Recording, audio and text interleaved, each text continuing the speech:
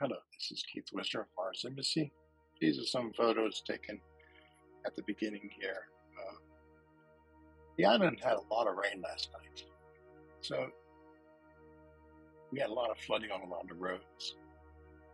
This morning around 9 a.m., leaving the hotel, Haldane Beach Resort, the main road here to it is pretty well flooded. This is the Tesla Cam footage from this. I'm not using full self-driving, of course. When it floods like this, I will not do that. These people are busy looking to see if they can get their car through it. A lot of cars do get stuck trying to get through this high water. It has gone down quite a bit since 5 a.m. The main road on the island was completely submerged. I have friends who have businesses that got several inches of water inside their business from flooding. Everything in the Tesla is pretty much sealed. You can go through some pretty deep waters, but if you don't want to lose the undercovers of your Tesla, do not exceed, I would recommend, do not exceeding 4 miles per hour if you have to drive through water like this. If you don't have to drive through it, don't go through it. As you can see, it is fairly deep. I have actually been in a little bit deeper before, but it is nerve-wracking, very stressful. And as I say, if you go over 5 miles per hour or 6 miles per hour, you might start losing your bumper, your rear bumper that is, or the panels underneath the car that keeps the water or keeps debris from hitting the bottom. As you can see, it is relatively deep.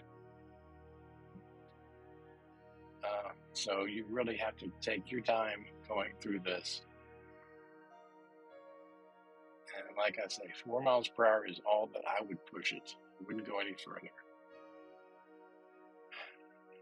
This is just from a rainy night. I kind of wonder what the island would look like if a hurricane did hit it. I don't think I will definitely stay on the island. And that is, I will not stay on the island if a hurricane is heading this way next time. I will definitely get off before any rain start hitting.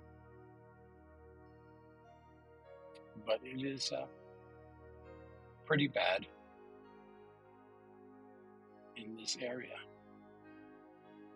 I'll see if I can do some more videos. I can driving around the island after a lot of this is dried up. At this time, I was getting my first ride to pick someone up to take them to Brownsville. The right hand there, where you see all the water, that is actually another lane. As you can see, the water is pretty high, even up here. At this point, I decided to turn around and go the other way, since the other vehicles were being a little delayed. I had to get to the person to pick them up. Just thought I'd make this quick little video and tell you, yeah, you can, if you have to, try to make it through the drive. On my car, I am currently at 257,245 miles. And when I first started in March of 2022, I only had 26,000 miles. So I've done a lot of driving. Be safe out there in these high waters. Thank you for watching.